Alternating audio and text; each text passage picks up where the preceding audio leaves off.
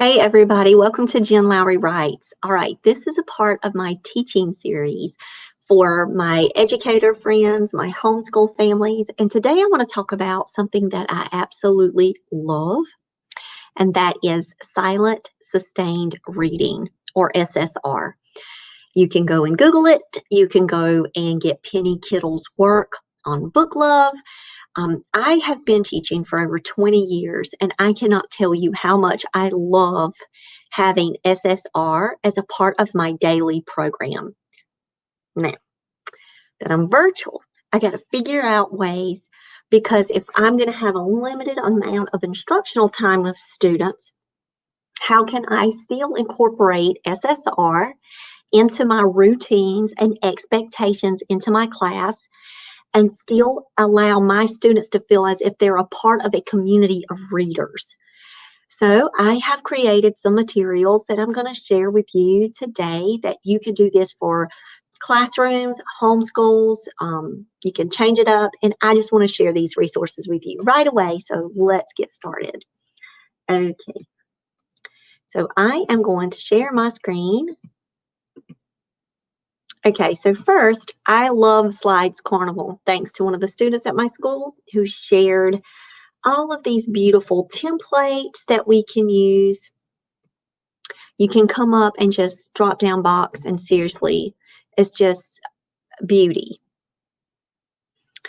So students can create their own Google Slides to create a log. Now for me, my favorite is Halloween. So you know I love that purple, but this one is actually my favorite one. So I'm going to show you, once you click on it, you can download it as a PowerPoint, use it as a Google slide, and I have made a copy. And then I've renamed it, and it's my SSR log 2020.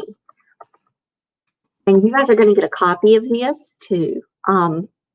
But this is what is the template that I'm going to give to the students. I'm going to go ahead and put in here that this is a template. Okay, which means forced copy. So why SSR? Those are the first conversations that I do have with my students, and we brainstorm a list of why we should read, why we do read, what is the value of reading, and we create this list together. So I'm not going to give you a pre-filled list out. You can definitely go online and find all of the benefits of reading. There's charts, graphs, brainstorming lists that are already available. If you and your students or your child wants to, actually get something that's pre-made, and you go through and say, yes, that applies to us. No, that doesn't. But I do this in real time with my students. So this one is going to be completely blank. My students are going to note take and have to fill this out. Now, I've been using these charts. Now, I've put down at the bottom the resources of where I got this from, and it's from this blog. But if you type in why reading is important, 20 minutes, if student A reads 20 minutes a day, this is how many minutes per school year, and they could possibly learn over 1,800,000 words per year. Seeing this visual with the color code and how many words that you could possibly add to your vocabulary, I really like to use this one. This one, I used to have this one right here. I used to also have in my, one of my teacher friends actually printed these for us, and we had them in our rooms. Well, because I'm not going to have a physical location right now, I need to give them a visual of their own. So I picked this one, but I can always go back in and pick all of the different ones, and you can see where they come from. Okay, and so I do like to give them that visual. I also read a research article with them. This is a teacher article. I know you're saying, what? Yes, I teach them the behind the scenes of literacy. And I actually read an article with my students about tier 1 through tier 3 words and how vocabulary is enhanced through reading. Okay, so I've also taken something that I love from reading apprenticeship. Now, I made a video earlier about text sets, and if you've listened to that video, you've heard me talk about the reading apprenticeship framework.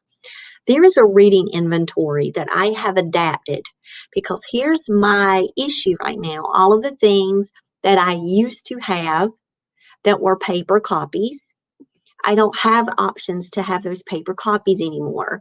So now I'm going to have to take that reading inventory that we would print and send home on the first day of school as a part of their homework and getting their library card, public library card information filled out on a sheet.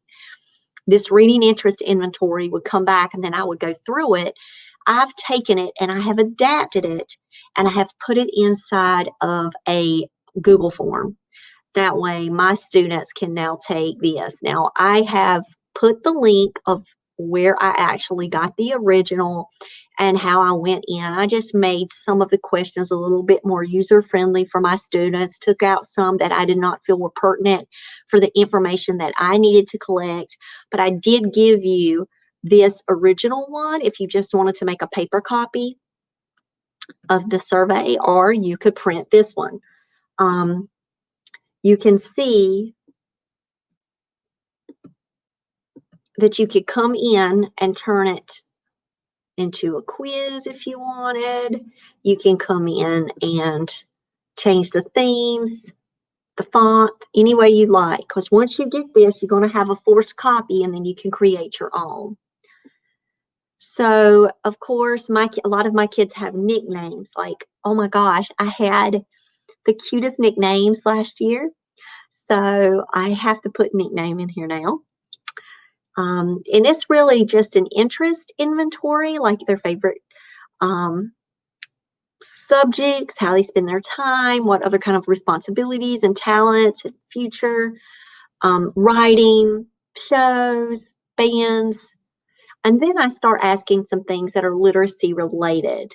And you can see, what are your earliest memories around reading? Did you enjoy reading when you were younger? Do you enjoy reading now? If it changed, what do you think contributed to that change? And then I gave them some check boxes. And so this is just to give me a quick snapshot of where my students are and have them start thinking about their reading.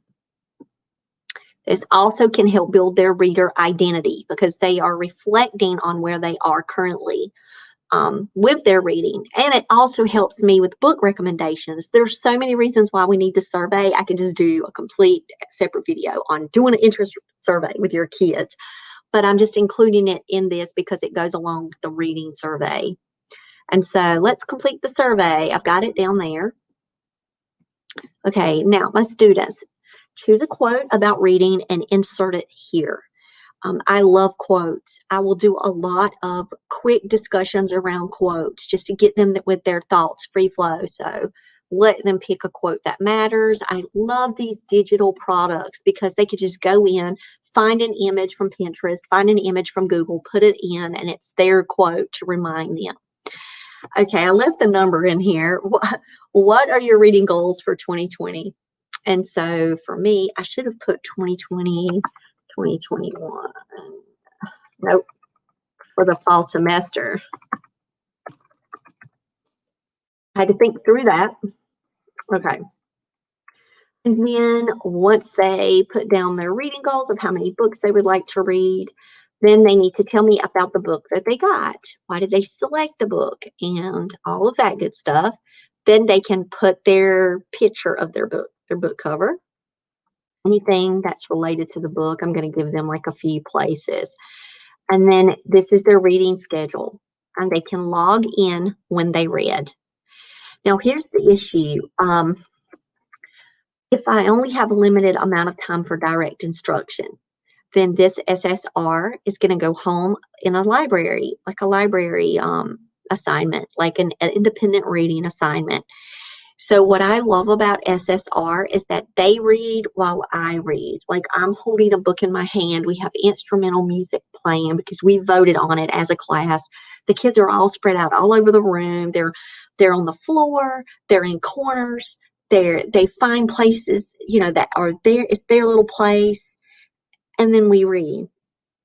And I don't get up and I don't walk around and I don't quiz them and I don't conference with them during this time because I'm reading too.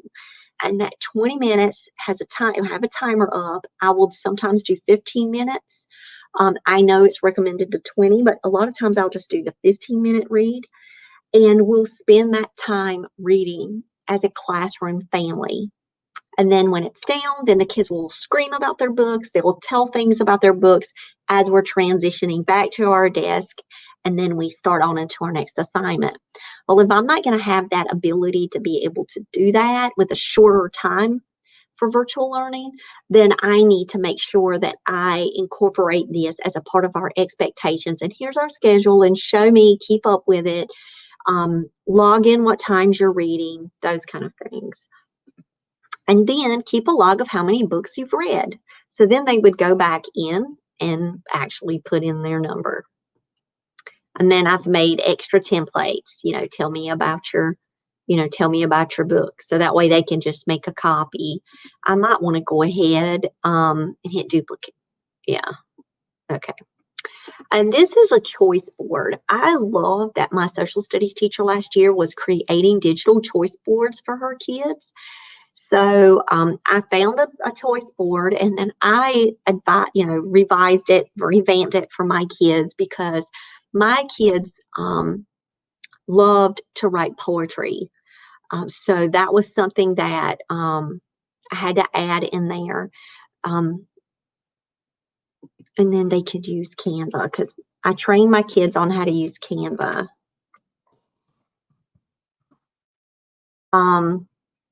I put in here, research the author, the setting, the scene, some type of themes, and then present your findings. Recreate the book cover, write a book review, set up your Goodreads.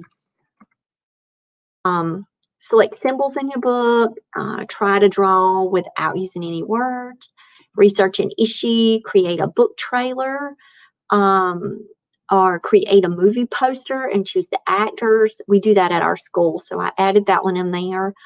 Rewrite a scene from an author's, another character's perspective. We do that with Sweet Potato Jones, right? With me, I do Maze, so I just do that.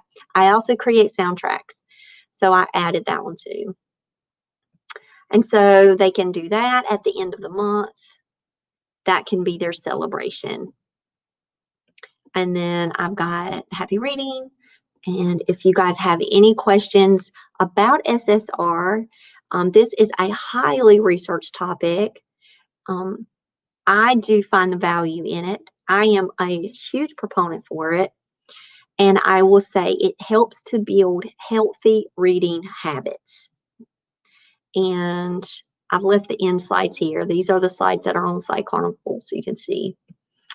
Okay, so something that I also share with my students, we watch this video. I can't watch it with you guys, but this Penny Kittle video, Why Students Don't Read What is Assigned in Class, this gets us really talking about book assignments, required reading versus reading for enjoyment. So I really like this because these kids are quite honest, and they start talking about how they did either Spark Notes or they didn't read, or they piggybacked off of other students when they were having discussions about books and they never read. And then this opens up the dialogue. After this quick 5-minute video, my students will then start to share with me about their previous reading experiences. And it's really important that we have this kind of dialogue early on, because I need to set up reader expectation, reader understanding, reader identity. And that's when I tie it into, let's make our list of here's our reasons why. And hopefully I can convince some students to actually give this a true effort, and they will embrace the reading on their own. I know that my son particularly had a year where he was constantly reading. He was in Battle of the Books. He was in all of this. And then he pulled away from reading. And it was sad when I watched that love kind of went away. And then he's finally, when we hit middle, when we left middle school, when we went to high school, he's picked up that independent reading again. And I love that. I love talking books with my kids. So I hope that you have found the resources here are helpful, and it can just give you a starting place to be able to set up routines in your homeschool or with your classroom. Set that timer, 20 minutes. There's so cute, super cute timers already on YouTube that have instrumental music behind it, and you can use those. Set your clock on your phone, whatever you need to do. Um, and just read with your kids at the same time, and let them get their places, and let them build reader forts and build a place under their closet where they can go in and read with a light. Make it fun for them. SSR is meant to be, a silent, sustained reading time where they're focused in, their energy and their heart is in that book. So you try to remove as many distractions. You want them to be as comfortable as they can.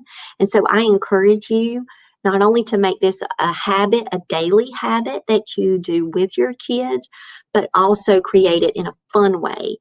Let them choose their own books. Let them either, on the Kindle, get a ton of books that they want to read on there. Teach them about dropping books that they don't like. Because I'm going to tell you guys right now, I'm not going to read a full book if I don't enjoy the book. And I would never expect my child or my students to do the same thing at school. This is not forced reading. This is reading for enjoyment. And if they drop a book after they have tried it, if you want to do, some parents are like, hey, the first page, if I don't like a book, then there's other people that say, no, I want to give it a chapter, or I want to give it the first 3 chapters. That's up to you. Make your decisions, stick with those, and say, then you can drop it. What are your reasons though why you dropped it? Tell me what it was about that book. And so that way you're still getting some dialogue about that book. And then the students will start to understand what they don't like about books. So that way when they see the positives, they will navigate towards those and they'll say, oh, I really like this style. So encourage them to have book clubs around their genres and their books. Have them pitch books to their friends. Get them out of their genre. If it wouldn't have been for my book club, I would have never read a sci-fi thriller, and I loved reaching outside of my comfort zone and genre. Sometimes you could do genre of the month just to mix it all up. There's so many ways to do this. So me personally, it's just reader choice. My kids are just grabbing the books off the shelves that call their name, because that's how I am as a reader. And so I have, built it in daily habits that can lead to student success. And the more you read, the more you know, and the more, so many benefits to it. But the more you will easily, grasp a reading task too, because they have built up these habits of reading. Then the next time they're offered an opportunity to read, then their stamina has been built a little bit more, but they may be a little bit more engaged because the background that they're building, the vocabulary, just the sentence, the story arc, just the structure alone can benefit them as they're accessing text that you're doing in a group. All right, I will talk with you guys later. I hope you have a blessed one.